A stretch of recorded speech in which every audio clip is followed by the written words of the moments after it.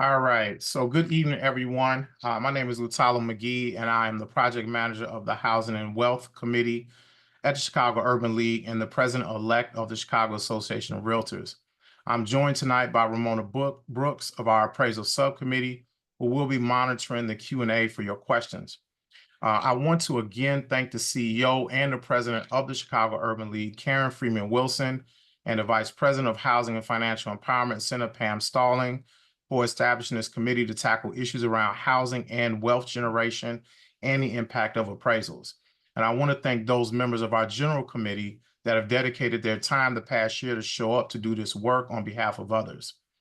I also want to thank the Chicago Association of Realtors, the Dearborn Realtors Board, the National Association of Hispanic Real Estate Professionals, Rainbow Push, the NAACP Southside, and Neighborhood Housing Services of Chicago for all coming together around such an important topic, an information campaign for real estate professionals, housing counselors, and consumers. As mentioned in our first episode, the primary focus of our committee is to address barriers to home ownership and wealth generation. Unfortunately, home ownership rates in the Black and Brown communities still lag far behind other groups in this country. And given we know that home ownership is the foundation of wealth, the wealth gap between communities remains huge, a gap that every day determines the life chances and quality of individuals and the overall collective health of communities. In that light, one of the issues we as a committee have focused on for the past year is the impact of low appraisals, including appraisal bias and or incompetence. From that work, we agreed that there were 3 areas real estate practitioners, housing counselors, and consumers could focus on that will help ensure the integrity and reliability of appraisals and save as many transactions as possible. The first was how to prepare for an appraisal, which we discussed in the first episode of the series. The second is how to read and understand an appraisal, which we will discuss tonight. And the third is how to prepare for a reconsideration of value, which will be tackled in our third episode, Wednesday, November 13th at 7 p.m. Please be sure to attend the final episode of the series and go back and look at the first if you were unable to join us last week. We will send both links to you by email. All right, before we begin, I do want to stress we will intentionally stay on tonight's topic, understanding and appraisal, and only address questions related to that topic. You will be allowed to submit your questions in the Q&A. With that being said, let's jump right in. Tonight, we have appraiser extraordinaire Christopher Posey that will take us on a journey through an appraisal report so that we can read it, understand it, and begin to learn to spot red flags that we may need clarity on or will serve as a basis of an appeal or reconsideration of value later.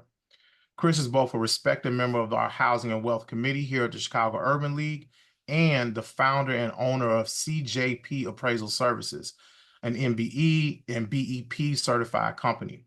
Chris prides himself on his commitment to professionally assisting individuals and companies to make well-informed decisions when buying or selling residential or commercial properties. More importantly, Chris finds time in his busy schedule to give back to his industry and the overall community by participating with various organizations around appraisal issues, such as the Chicago Urban League, but also including serving as a member of the State Real Estate Valuation Task Force and State Appraisal Board. Please welcome Chris Posey. Lutalo, thank you for those kind words. So first, I want to thank everyone for attending this session. This actually came about because as an appraiser, when I would hear somebody have an issue with an appraisal report, my response to them would be, well, did you read the report? And one of my colleagues who's in the profession has said, well, Chris, I've read a report before, but it's so overbearing, I don't really know what to look for to question. So that made us get together and come up with a blueprint to try to, speak at a high level on when reading a report. What are some of the things that you should potentially be looking for as you prepare to potentially submit a revision request that should be of concern? So the example report that we're going to go through today, we're not, due to time restrictions, we're not going to read line by line, but I am going to touch upon those areas that you should pay attention to as you review an appraisal report. So the report we're going to use, it is a redacted report, but it is a real report that was utilized for an assignment that I've done in the past. So without further ado, I'm going to go ahead and share my screen.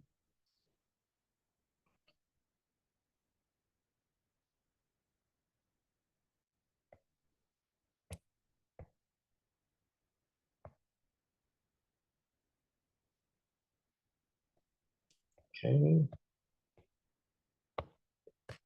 And I'm sharing the report. If Latalo or someone else can just confirm they see my screen with the appraisal report. We can, Chris. We can All see. right. Okay, great. Thank you. So the example we're going to look at today was a detached single-family dwelling that was appraised in the neighborhood of West Pullman. The client was a hard money lender. This was a purchase for a ARV, as repaired value. So in that situation, the scope of work, along with the contract and engagement letter, has to be provided to the appraiser. The scope of work is reviewed because we need to understand what are all the improvements that are going to be done to the property, as well as the materials. Are they going to be your basic materials, or are they going to be more of a higher end finishes and fixtures? So I'm going to jump right into page 1 of the actual report. So a lot of this information is going to be straightforward, so I'm not going to touch upon that, but I am again going to touch upon those areas that one should pay attention to when they are reviewing the report. So the first section, so on the left-hand side, you have the various sections. So the first section is the subject.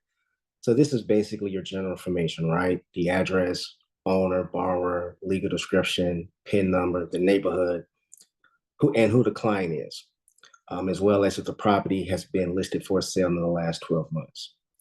The next section is the contract.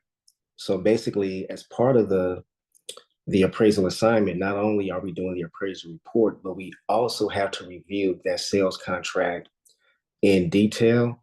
And that is very important now due to the situation that took place with the NAR settlement, because now we have to look at, when it comes to the sellers, the concessions, is that concession a true seller concession, or is it a situation whereas that seller concession includes the buyer's agent commission? All right. Next, we have the neighborhood section. Now, this is important because this is going to tie into my addendum, which we're going to take out later. One of the things I want to bring to everyone's attention is the one unit housing trends. So when we look at a market, whether it's Bronzeville, whether it's the Loop, South Shore, etc., we have to analyze the market, and from that research confirm if property values are increasing, stable, or declining. Is supply and demand in balance? And what is the marketing time? Like how long does it take for that property to sell in that subject's neighborhood? We also need to confirm the neighborhood boundaries. One unit housing, what has been the low and the high range and the predominant range in that market. But the key here that I want to point out to you all is that one unit housing trends, and I'll point out shortly later on as we make our way through our report. Just remember, one item I want you all to remember is that for property values, I indicated stable. The site section, again, not going to read this line by line, but I have to confirm the site size. The zoning is key, because if I'm appraising a single family home, but the zoning is commercial, well, the highest and best use is not going to be residential, more than likely. So if that happens, I need to reach back out to my client to ask them, how do they wish to proceed? But that is very important to confirm the zoning. Then we get into about the utilities, whether they're public or private, flood, and if there are any adverse site conditions or external factors that may impact the subject. The next part that we're at, everyone, is the improvement section. So in a nutshell, this is where an appraiser is describing the subject property, the type of house it is, how many stories, the age built, the year built, sorry, the effective age of the property. The effective age, just to clarify, effective age is not the same as actual age. As you all can see in this example, this subject property in question was built in 1974. However, based upon this assignment being for an ARV, as repaired value, based upon the scope of work, the improvements that were to be done to the property, the effective age would be 15. And then also discussing the exterior and interior description of the subject, again, based upon the scope of work provided, the finished area, the number of rooms, baths, square footage. The most important part is describing the condition of the property. Again, based upon it being an ARV, the condition as improved would be a condition what's called a C2. C2 is a definition, if you will, as it relates to appraisals for the GSEs, the government-sponsored enterprises. So when we submit an appraisal report, there's a code we have to indicate for condition, which ranges from a C1 through a C6, as well as the quality of construction, which ranges from a Q1 to a Q6. Now, the next page is where we really get into the nuts and bolts of this appraisal report.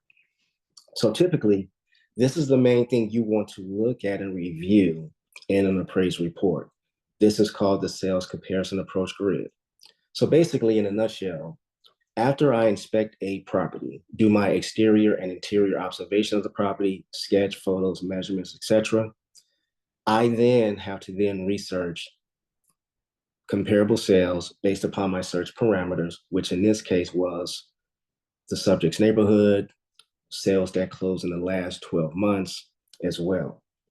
So based upon that research, I'll have a number of potential comparable sales that I may utilize.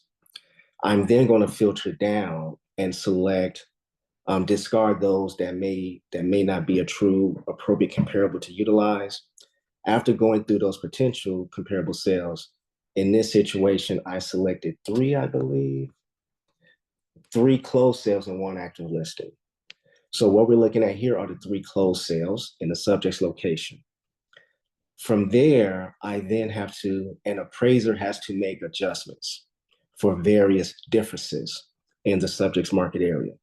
Now, one thing you all will notice, if you look at comparable sale number 3, that closed September of 2021, and I made an adjustment for that. The reason being for that is because due to the limited number of closed sales in the subject's neighborhood that closed in the last 12 months, I had to go beyond 12 months. So I've justified my rationale for going beyond the 12 months to find a third comparable sales, thus the inclusion of comparable sale number 3. Because it's a dated sale over 12 months, I've also provided rationale for performing a time adjustment, a market adjustment, if you will. So all of these adjustments that you all see in this grid, I actually provide logic, reasoning, and support in my addendum, which we will take a look at later. I bring that to everyone's attention is because as someone who sits on our appraisal board, you have to provide logic and reasoning for your adjustments. For example, an appraiser just saying condition adjustment was $20,000. That's fine, but what is your logic, your reasoning? We just can't just say an adjustment is X without providing any logic or reasoning or support behind that adjustment. Chris, can I ask you a question? Yes. Just for those that may not know what adjustments are, can you talk a little bit more about that and why they're made to the comparables and not the subject property? Absolutely, great question. So when I pull comparable sales, all the sales are now going to be an equal match for every feature. So if everyone looks at the left-hand side, there's a number of features that are listed: site, view, design, quality of construction, etc. So the comparables I pull, typically chances are they're all not going to match line by line. So with that said, an adjustment may be warranted if due to the market. So for example, this particular subject property I appraised was located on a busy street. Well, residential properties located on a busy street may be less, may not be as attractive as residential homes located on a quiet residential street. So thus an adjustment is made for that line item to that comparable sale that differs from the subject property. Did I answer your question for you, Latalo? You did. Great. All right. Going back to what I was stating originally. So again, when we get to my addendum, you all are going to see the details that I provide in my report that supports my various adjustments. Okay. And the good thing about that is in the environment that we are in, whereas appraisal reports are being scrutinized, it's on us to provide as much detail as possible to limit, if you will, a potential revision request or a dispute with an appraised report. That's the approach that myself and many of my colleagues take. Give you a perfect example. Let's say an agent, actually in this situation here, the agent provided, the buyer's agent provided sales that they considered as comparables to support their opinion of value based upon the ARV. Now, recall everyone, I said the subject property is located in West Pullman. The sales the agent provided me were in the neighborhood of Roseland. The comparables that she provided were not appropriate comparables to utilize, and here's why. In the market where the comparables the agent provided that were in Roseland, there were a total of 100 closed sales in the last 12 months that were of a higher number, if you will. Sales in the subject's immediate market area in the last 12 months were 5 that did not support the ARV. So as an appraiser, we have to look at that. All right. There's a reason as to why the market was very active in Roseland as opposed to the market where the subject is located. Okay. And again, we'll take a look at this when I get to my addendum. But what I did in that situation, based upon that agent providing me no sales as consideration, in my addendum, I addressed those in my addendum, stating the following sales were provided by the agent. They were not utilized for the following reason. And I spelled it out. Located in Roseland as opposed to the subject, which is located in Pullman. And also as well as the finishes to those particular comparable sales were of a more higher quality versus what was in the scope of work provided for this particular property. So the approach I take is address everything up front to minimize any potential ROV that may come back. Chris, I have 2 questions for you. So yep. related to what you just said, is that a common practice for appraisers to address comparables that they may not otherwise choose in the narrative section? Honestly, Latalo, unfortunately, no. It's a mixed bag. Some appraisers do that, again, because of the environment we're in. We know after you've done it so many times, you kind of know what may potentially come back as ROV. So why not just address it in advance as opposed to, you submit the report, days pass, 3 days later, they come back with the ROV. So that's costing everybody time. The agents, the buyer, the seller, the lender, and the appraiser. Yep. Let's address everything up front. Some of my peers, we do, some do not. It's not a mandatory thing, whereas you must do this, but logically, why would you not? So with that being said, would you, and I know we talked about this in our last training, would you recommend that realtors or real estate professionals provide their suggested comps in a packet to the appraiser prior to the appraisal happening? Absolutely. Here's why. End of the day, that's data, right? So if you have it, give it to us. I'll review it. And chances are,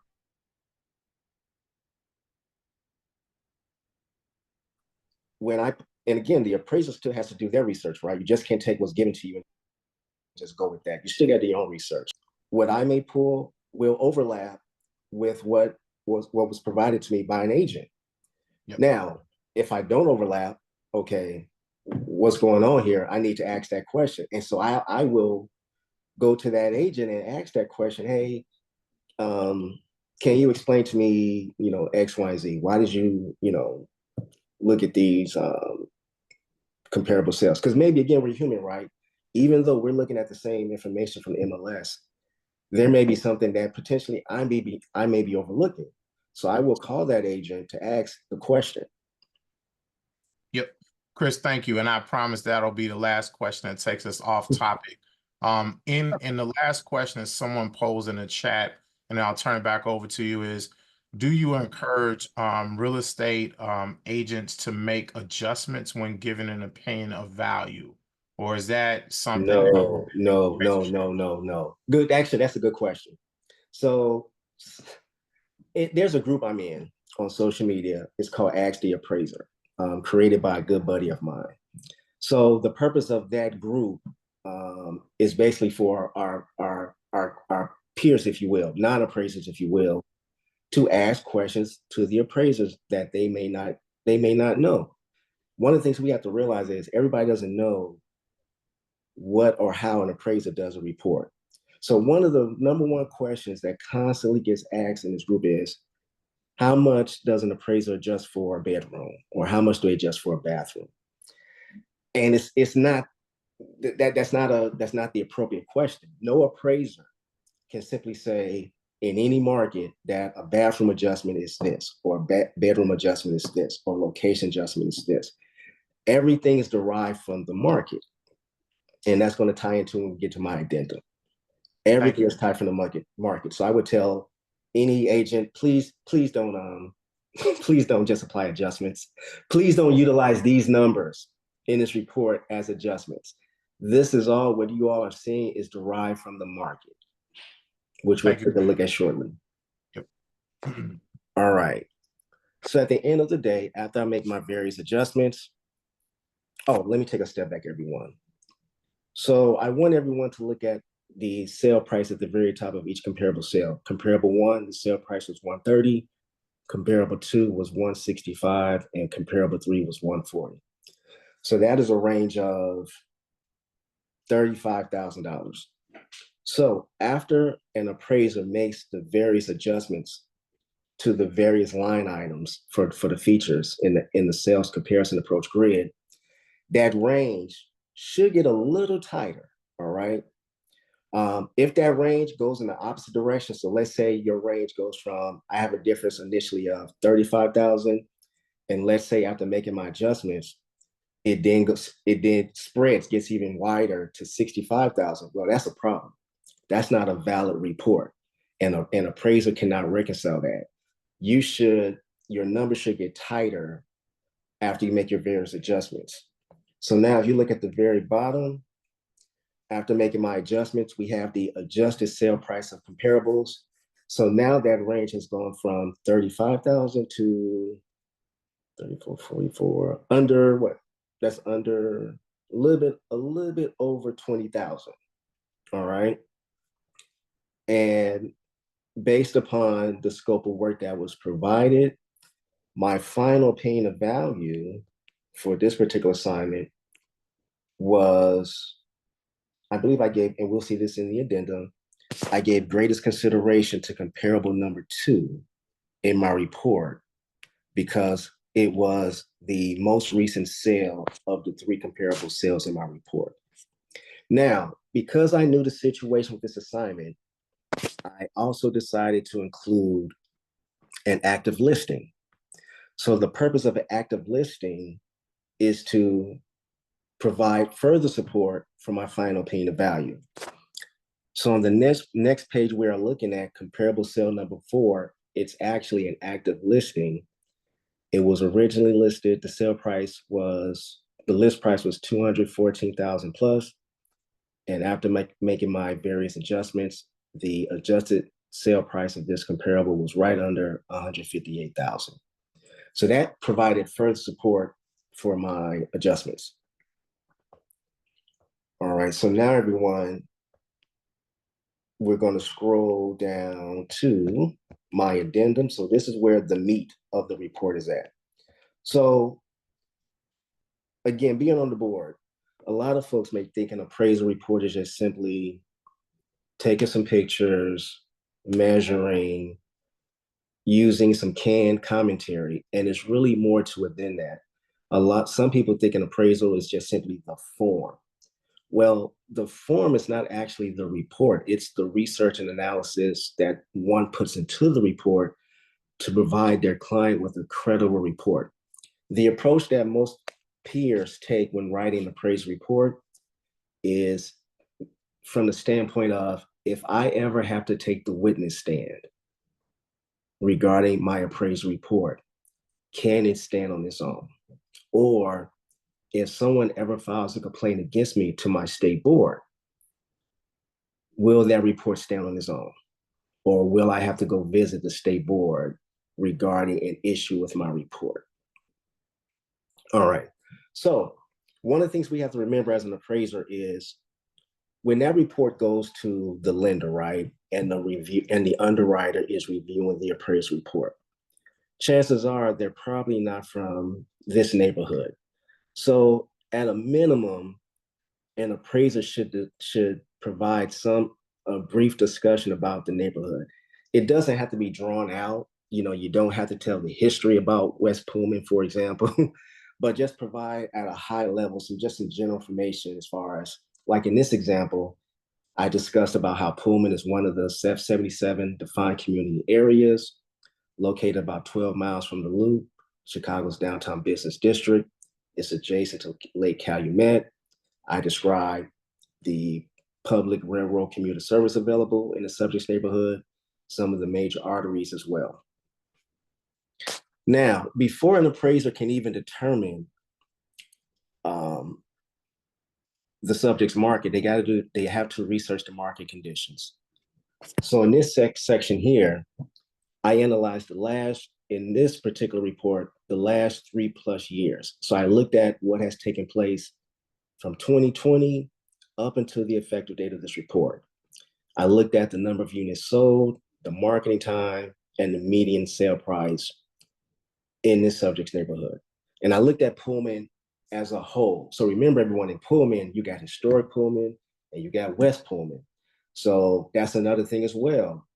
You have to know when you're in a market, does that particular neighborhood have submarkets? Because you may cross the street, you may be in the same neighborhood, but cross the street and be in a different submarket. And that comes with analyzing your market. So in this situation, this subject's market, the values have fluctuated year over year, declined from 2020 to 2021, then increased from 2021 to 2022, and then dipped again from 2022 up to October 9th of 2023, the effective date of this report.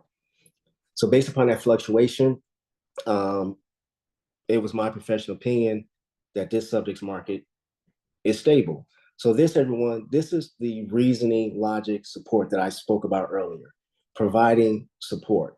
So by me saying on page 1 of the report, the subject was stable, I'm showing my client here, the reader here, providing support that yes, the market is stable.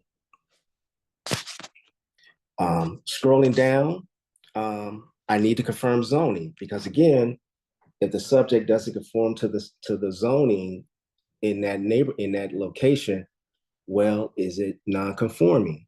If it's not conforming, can it be rebuilt? All right. In this situation, it conformed. It met the zoning of RS3, which is a residential single unit detached house district, and it met the minimum lot size required. Next part of our process is an appraiser has to do their analysis on the highest and best use. So there's 4 steps that we must perform on each and every assignment. Is the subject legally permissible? Is it physically possible? Is it financially feasible? And last but not least, what is the maximum productivity for that subject? Again, we are to do this in each and every assignment. I bring that to everyone's attention because on the appraisal report on page 1, there's a checkbox, whereas an appraiser would just simply state, actually, you know what? Let me just scroll back to it real quick.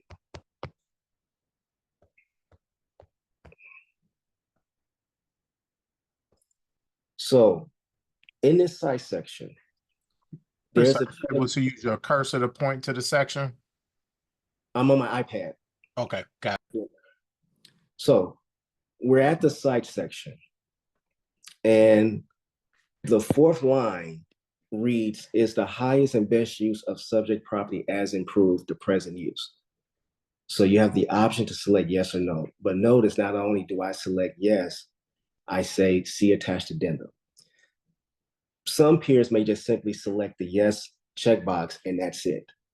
That's really not, in my opinion, good enough. You need to still do that, still need to perform that highest and best use analysis. All right. The next section in my addendum, I need to confirm, are there any adverse conditions or external factors? In this situation, there were none. There was no encroachments that I observed, special assessments, slide areas, or what have you for this particular property, all right? Next, unit description. So here I discuss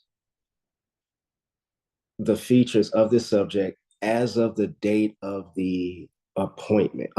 Date of the appointment, the date of the inspection. Not only that, I also discuss in this situation, because the subject was on a busy street, Cottage Grove. So I also included the traffic count per day, because that can play a factor for a potential buyer. Also, it was located, there were train tracks directly west of the subject as well. Again, that can have an impact on this property as far as the marketing, trying to sell it for a certain amount.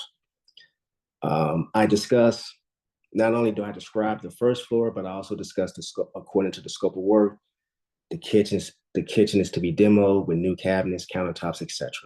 So basically, I'm describing to my reader, the client, what's there currently and what is to be performed based upon that scope of work. Next, I discuss the condition of the property. Now, remember, everyone, this particular assignment was for an ARV. So in that stance, even though I know the condition, I see the condition on the date of the appointment, which was below grade condition or below average, but based upon that scope of work, I have to make a hypothetical condition based upon the scope of work that was provided to me. All right. Next, any physical deficiencies or adverse conditions. So I did discuss what I did observe that was present. There was mold in the basement. But again, because this is a ARV, more than likely, as part of the demolition, they're going to remove that drywall that contained the mold. But again, I have to report what I do observe on the date of the appointment. Now, something else that we have to perform as well is discuss any prior sales or transfers of the subject or the comparables. So when one is doing a conventional loan, we have to check for any prior sales for the subject over the last 36 months. But for the comparable sales, we only have to go within the past 12 months of their last sale. If I'm doing an FHA loan, I have to confirm the prior sales of the comparables over the last 36 months as well.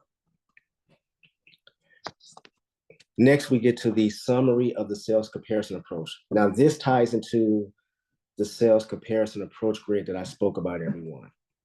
So here I'm letting my reader know what I initially did. I provide what were my initial search criteria parameters.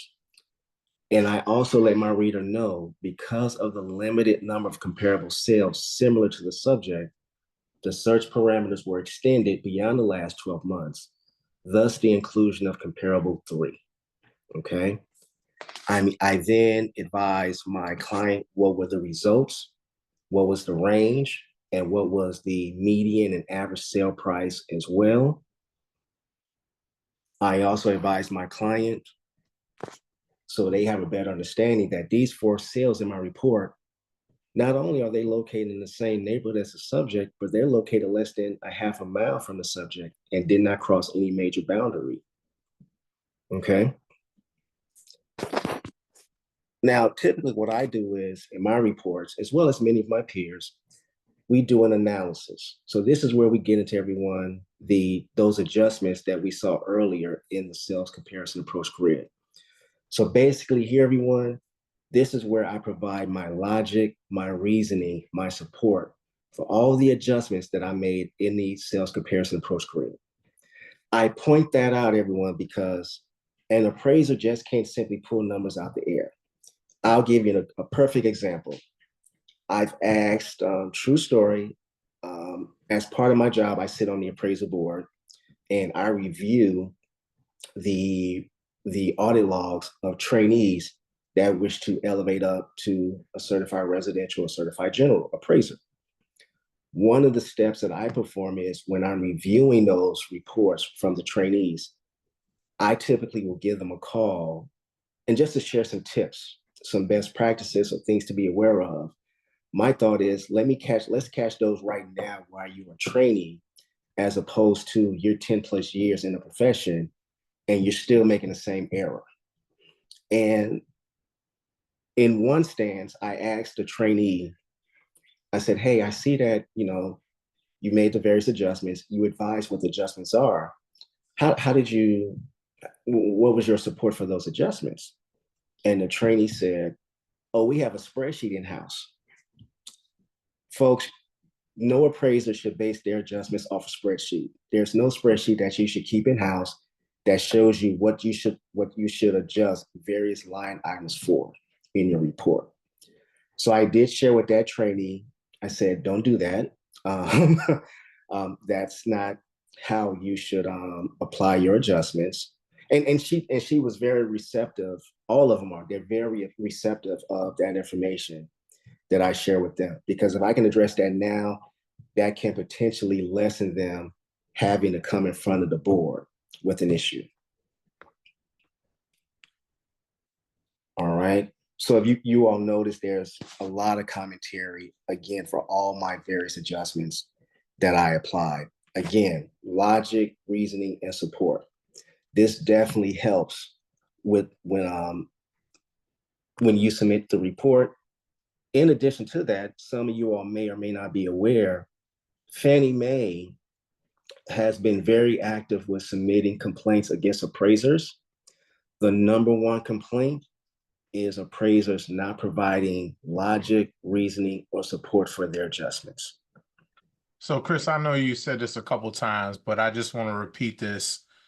You're saying that if I am a realtor or realtist or consumer and I am looking at this appraisal report, I cannot stop at looking at the grid and the appraisal or the professional opinion of value.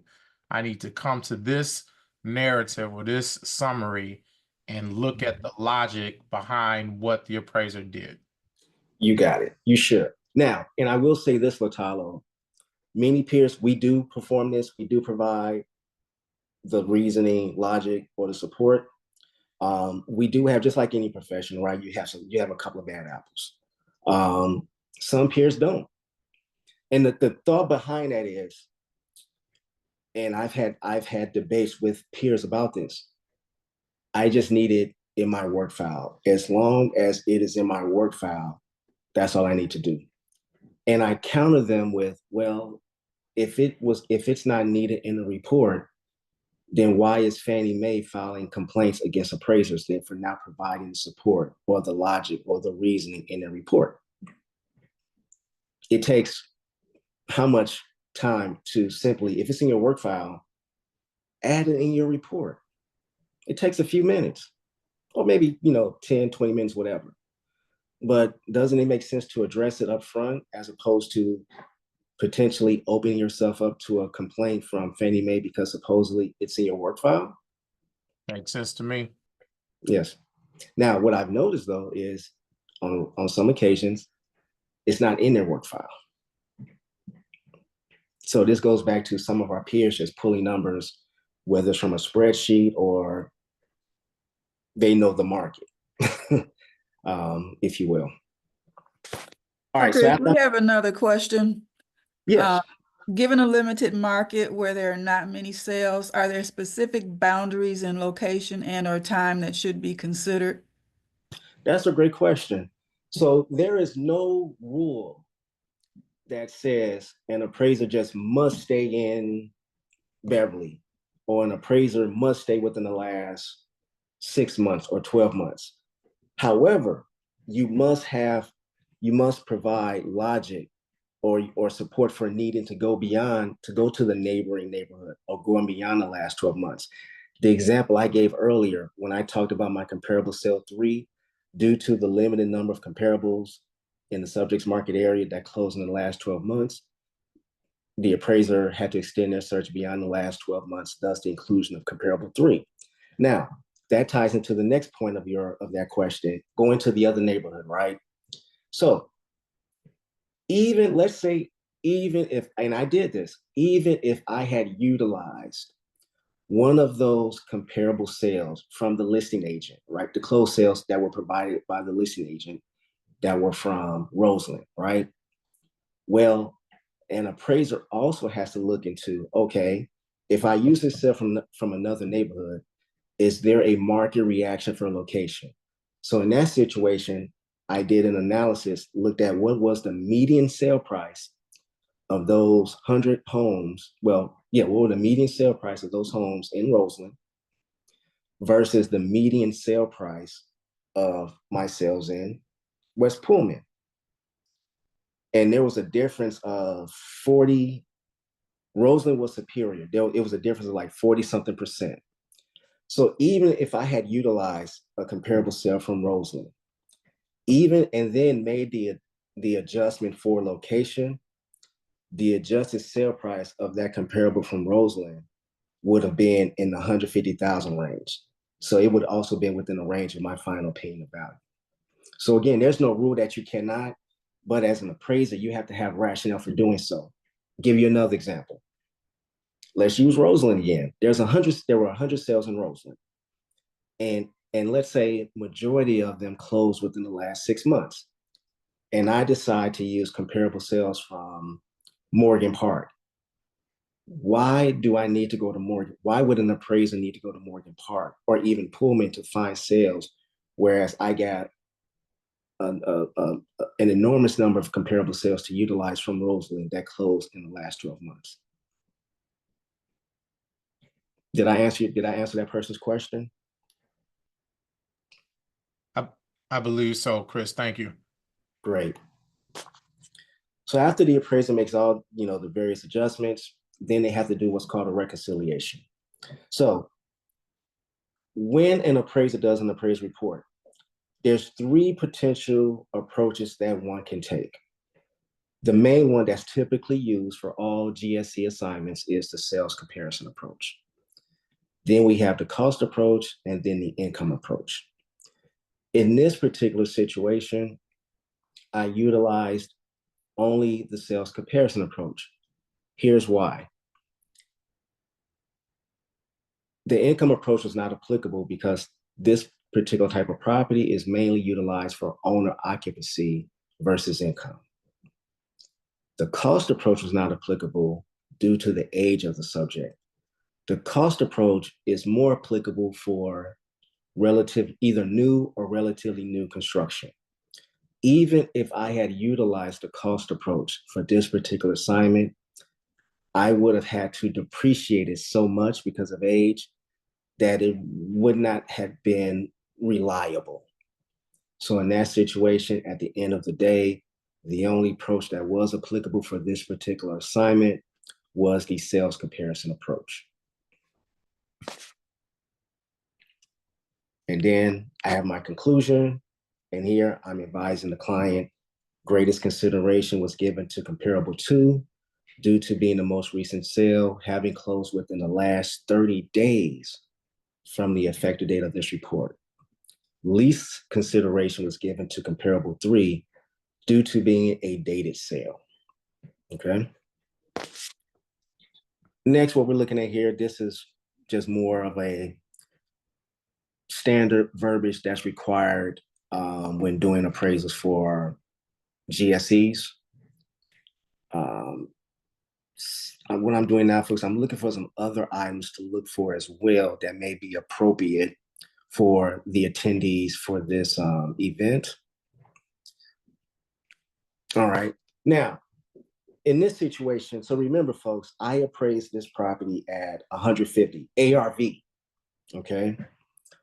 The contract price, well, the agent, the buyer's agent had a belief that the final paying of value based upon the ARV would be between $250,000 and $290,000.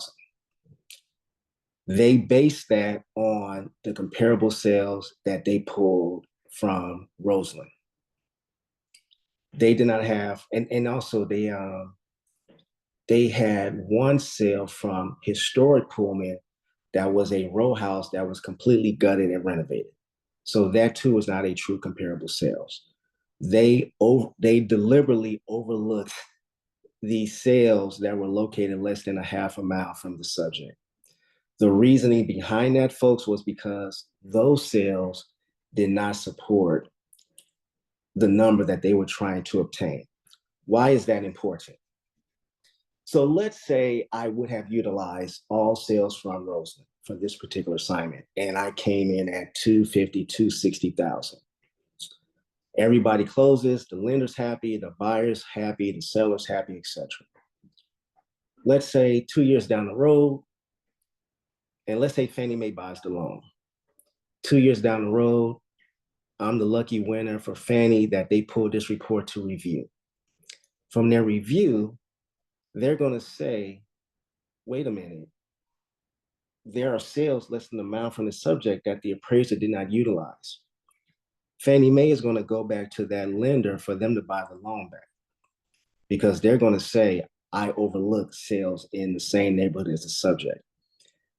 Chances are my Fannie Mae is also going to submit a complaint to my state, as well as the lender will probably make a complaint to the state. The state is going to request my work file.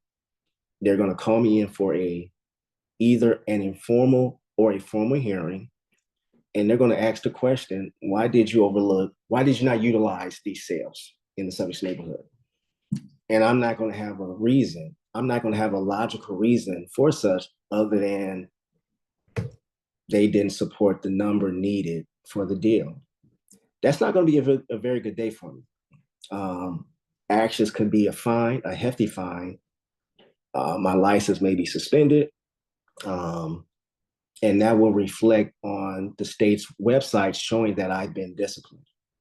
So it's very important that the appraisers be impartial and objective and are not an advocate for a buyer, a seller, or any agent. Okay.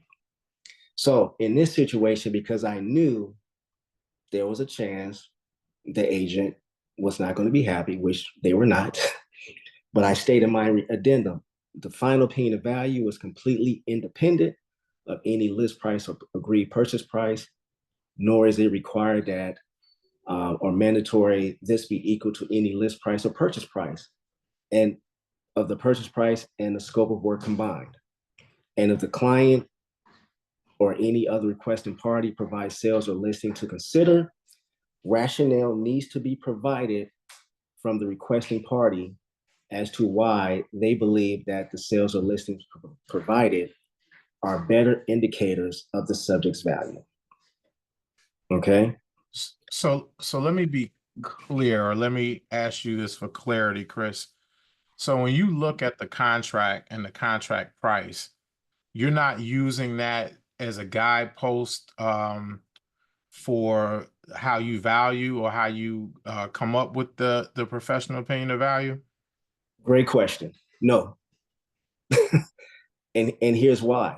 And I kind of, myself, I kind of understand why the GSEs require the appraisers to view the contract. However, no appraiser should look at a contract and say, okay, the sale price is $250, so I'm going to look for closed sales that are within that range. No, that is not appropriate. I need to look at sales in the subject's market. If the subject is a 4-bedroom, 3-bedroom, 2-bath condo, I'm going to look for 3-bedroom, 2-bath condos in that subject's market that close in the last 12 months. If there's a larger number, I can then reduce my time frame to the last 6 months. Now, at the end of the day, though, if my final opinion of value is not supporting the contract price, I'm then picking the phone up to ask the agent, how was this sale price determined? Was it, what sales did you look at? And typically an agent will provide those sales, and I use that as ammunition. So if they provide me sales that are no way near similar, I'm putting in my report that these were not utilized for the following reasons, okay? Or the agent may say, that's what the seller wanted. Okay, fine. Or they just came up with that number. Okay, fine, but I'm picking the phone up to inquire, to go a little bit further before I deliver the final report to my client.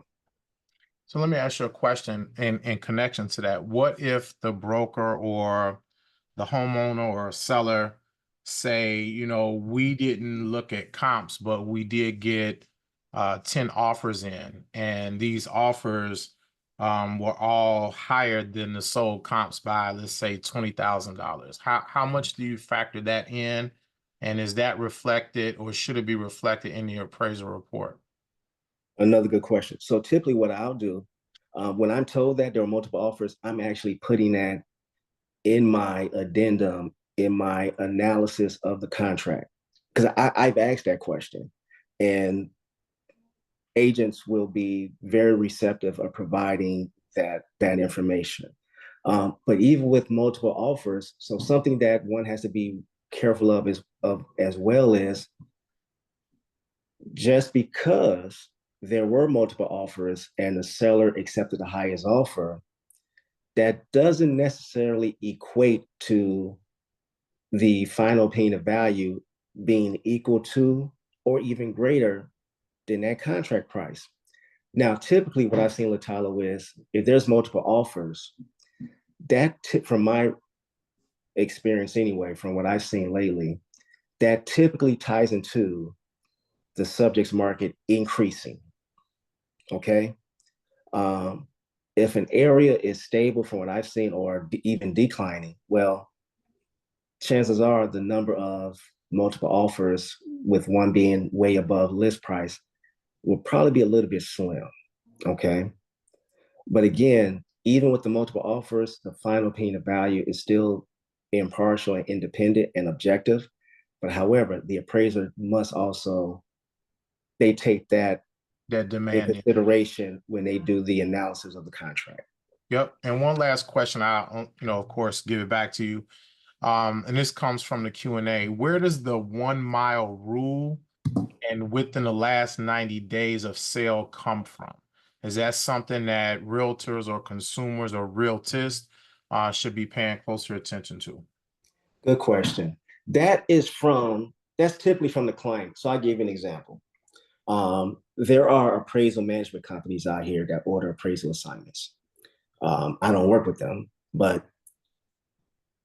it's not uncommon for that appraisal management company to have in their engagement letter that the appraiser stay within a 1 mile radius or only utilize sales within the last 6 months. If you have to go beyond those parameters, provide rationale for doing so. So that's typically derived from the client, whether it's the AMC or a lender. So when I appraise, give an example. So typically when I appraise homes in the city, I typically am in the subject's neighborhood. And if there are an abundance number of sales within a 1 mile radius, well, I don't have a rationale or reasoning to go beyond 1 mile, right? But let's say I'm in a certain neighborhood and let's say there are no sales within a mile radius, right? So now I've justified going beyond 1 mile. I may need to go 2 miles, I need to go 3 miles, but I need to justify that. I may need to go to the neighborhood that borders it, but I need to provide support for that. I simply can't go 3 miles out and provide no explanation whatsoever as to why I needed to do so. Got it. Thank you, Chris. You're welcome. All right. So now the part I want to get to. So folks, remember I spoke about the sales that the agent provided me that I did not utilize, and I knew that they were not going to be happy and they were going to maybe try ROV. So these were the 5 properties that the agent gave me. And I spelled it out line by line why they were not utilized. So at the end of the day, the client, the lender, they're fully aware. I'm explaining it to them. So when they read this, they're like, okay, he or she has done their due diligence in their analysis of the market as well as the sales provided by the listing agent. Now, obviously, she was not happy. As you all can see, the sales she provided were between 248 and 300,000, and I came in at 150. I think anybody will be unhappy, but I think that goes back to this individual. She just thought because these sales were still within a 1 mile radius that they could be utilized. And I tried to explain to this person, yeah, but you do realize you overlapped into Roseland. And I even did a map showing the comparable sale median price in Roseland versus where the subject was at. So my final opinion of value was supported. So this is kind of the things we appraisers should be doing, in my opinion, when we know the final opinion of value may be an issue for the parties involved when it does not support the final opinion of value. And so here we just got photos of the property. So I take a ton of photos. And what I want to show as well is, remember folks, and here's the mold in the basement. So remember folks, one of the things I mentioned was that this appraisal report was for an ARV, as repaired value. So what I also do is, I believe I included it here, the scope of work. So this is just the legal description, the zoning, plat map, the traffic count, so the client sees that the subject is on the main busy street, an area view. In addition to providing my support for my adjustments in my addendum, I also include this in my report as well, the sales comparison adjustment support as well in my report. So everybody's aware that my adjustments are supported. Here's the scope of work. And I looked at the scope of work a number of times. Typically, if you're putting higher end finishes in a property, from my experience, that's typically spelled out in the scope of work. In viewing the scope of work, it was going to be rehab, but it was going to be more from the standpoint safe, sound, secure, some new finishes, some new fixtures, but nothing as to higher end finishes or fixtures. Okay.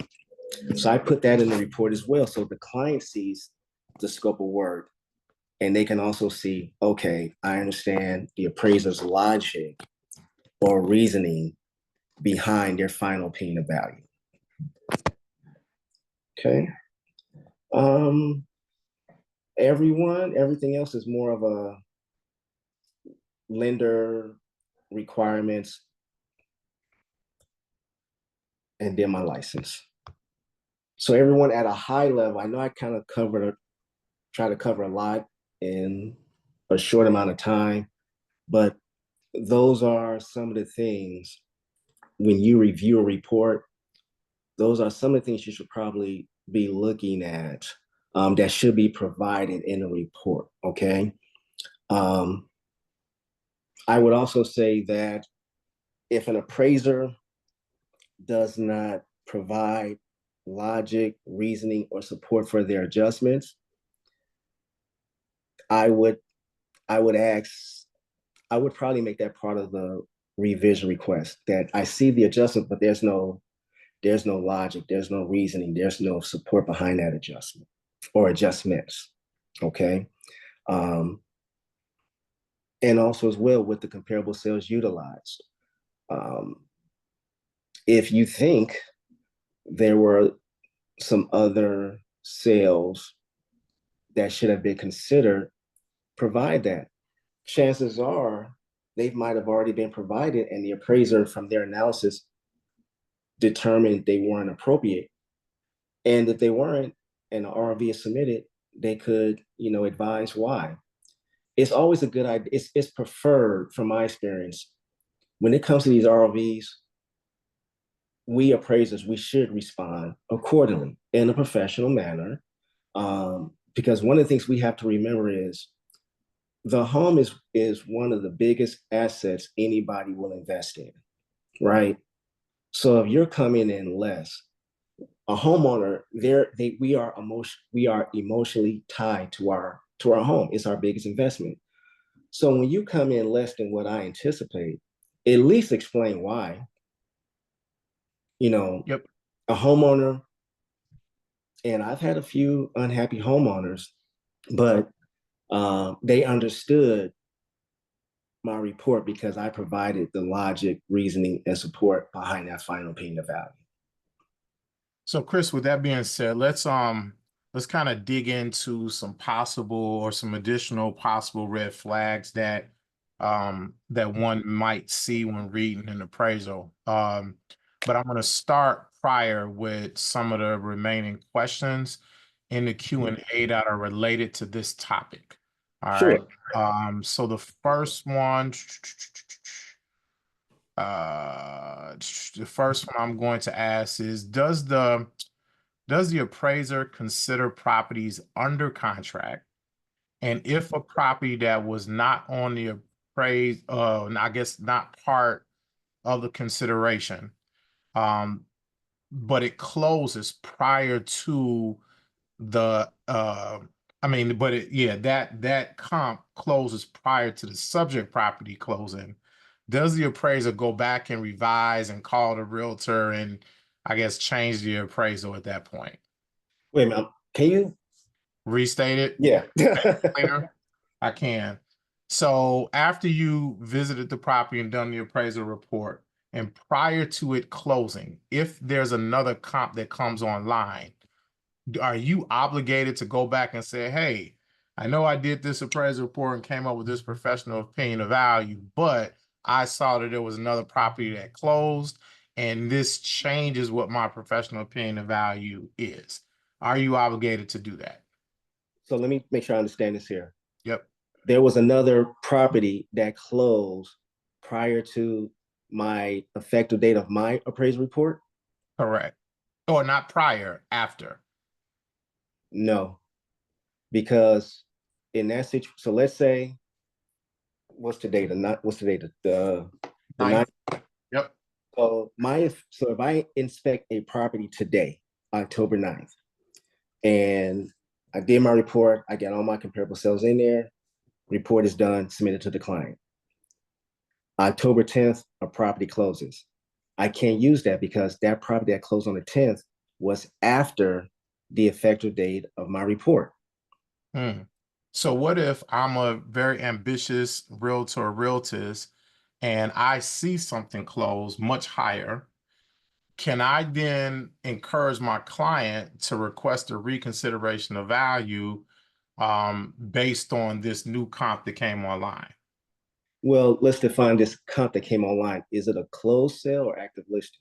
It closed. Yeah, let's say it closed right after the effective date of your appraisal. No. So the only alternative you have, so let's be clear.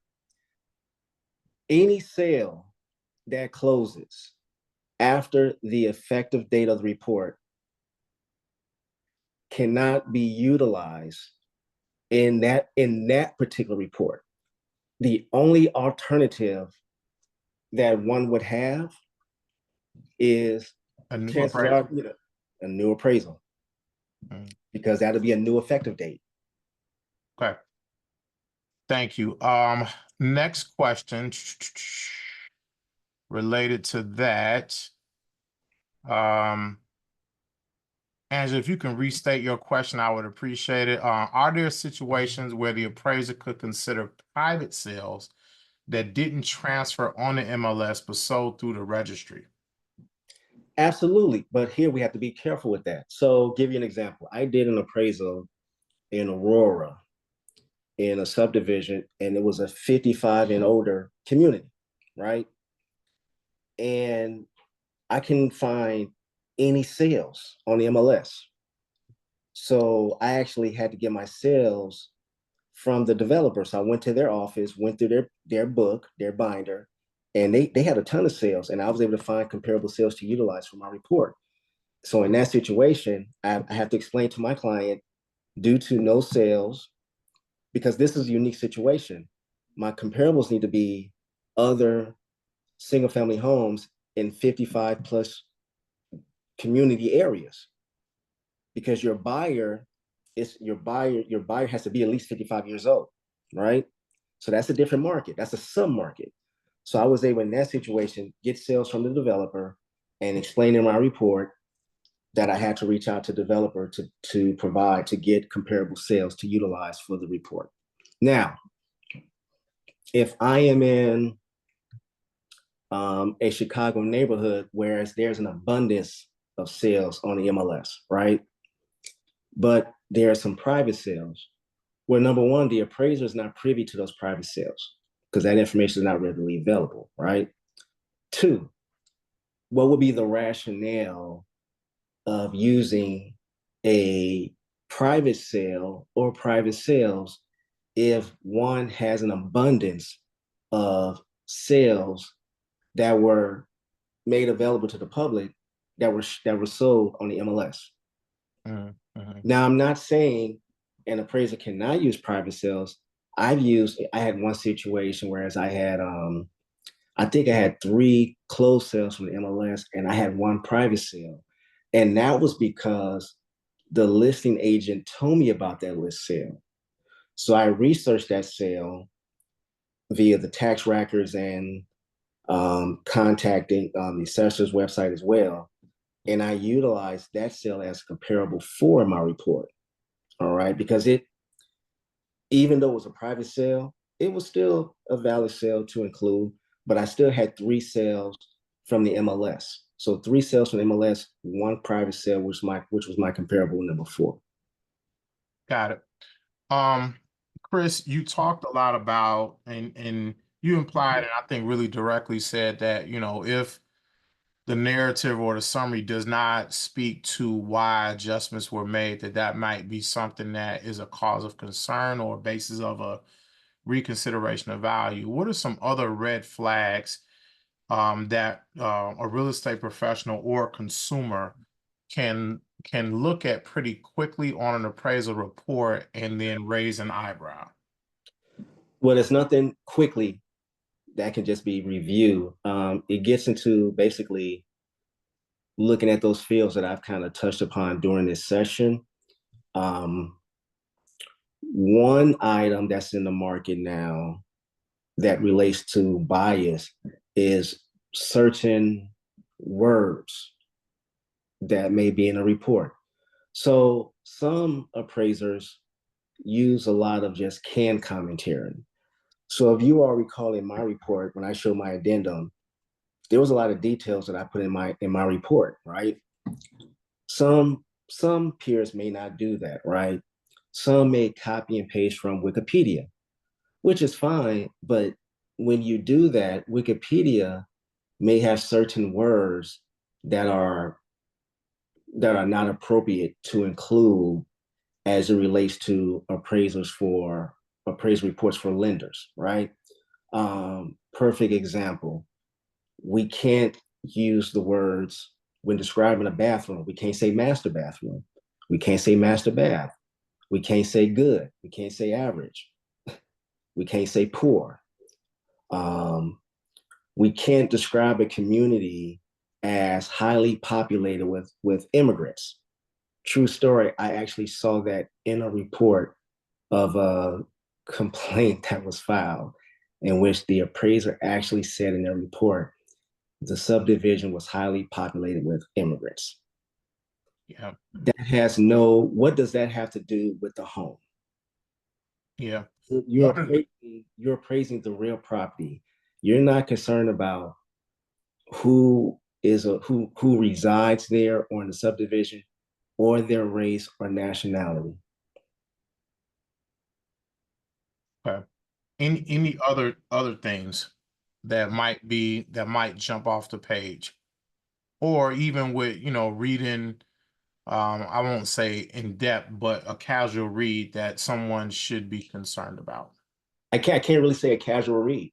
It's not. I wish I could say that, but this is not a situation where anyone could be able to simply take a report and just quickly glance at it to try to find an issue. You're going to actually have to sit down and really, read it. I mean, I would say those areas that I touched upon, look at those.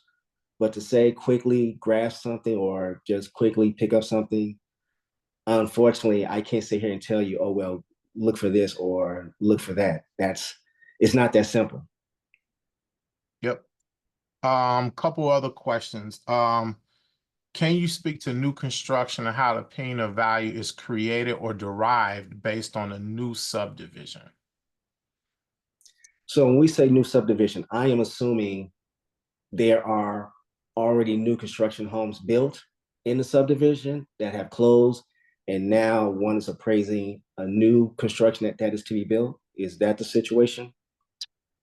Um, I'm going to wait for that person to respond. I'm assuming no, that it's a situation where it's a new subdivision and this might be the first property. Okay. That would be a complex assignment. So what would probably happen in that situation is, well, number one, as an appraiser, I would want to see the scope of work. I would want to get an understanding of all the improvements that are to be done, the makeup, the finishes, the fixtures. I probably even want to talk to the listing agent. So if this is a subdivision where there's nothing currently built, there's nothing that's built that has been sold as of yet, I would more than likely, I would then, if I'm going to assume this, let's just say this is a suburb. So chances are I may want to look at other suburbs in that same suburb. Okay. Or I may go to another suburb that has subdivisions in it that have relatively new construction. I can't sit here and just give you a definite answer, but just give you an idea as far as how my initial plan of approach would be if I'm doing a subdivision with nothing's built. That's going to take some research for the appraiser to look at not only the subject market, but also the surrounding suburbs in it that have subdivisions. Try to find, if there's new construction, try to find those that may be similar, that would be similar in regards to what would be built. I would also look at that market to see what has been I may even look at what was the median average sale price in the subject's suburb as opposed to the other suburbs that I may consider as well. I may even go back in the subject's neighborhood and to see, I may look at the last 3+ years to see if there's been anything built during those years that were built, let's say in 2022, 2021, 2020, even 2019. So there's a lot of layers to that. I can't sit here and just say X, Y, and Z, and that's it. That would definitely, that's a good question, but that's going to definitely start with looking at the subjects market and the surrounding other suburbs that are near it, to try to peel that onion. Even then, what's going to play a factor is what's the makeup of that new construction to be built. So, for example, if I'm told it's going to have high-end everything, 5 bedrooms, 4 full baths, all the bells and whistles, and let's just say I appraise the ARV at, I'm sorry, well, new construction as, let's just say 800. Based upon what was told of me in the scope of work, the project's finished, I got to go back and do a completion, do an inspection for a completion, and you got 3 bedrooms, 3 baths, mid-level finishes and fixtures.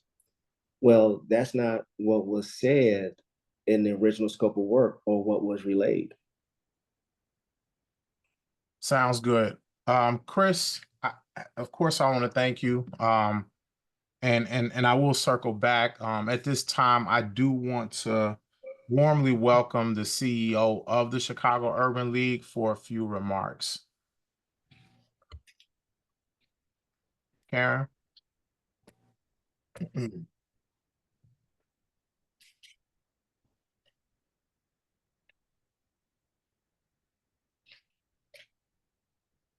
While we let me come off. While we wait on Karen, give me 1 second. Let me see if there's some other questions that I can still get to. I see she's on, but she's muted. And she's gonna come off video. So it won't let me start my video, but I can talk. Oh, well, Karen, try now, because I think maybe Okay. I had to unshare my screen for you to share Okay. yours. Let's see. No, you cannot start. It's the host that has to let me Okay. see.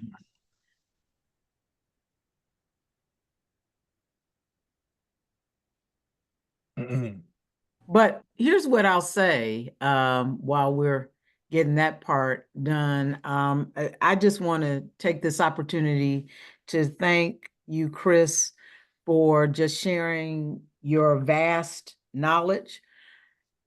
You have been not just an asset this evening, but you are a gift to the industry because you're willing to share and to enlighten people in a way that does not always speak to someone being engaged in something that is clandestine, but just from a standpoint of not knowing.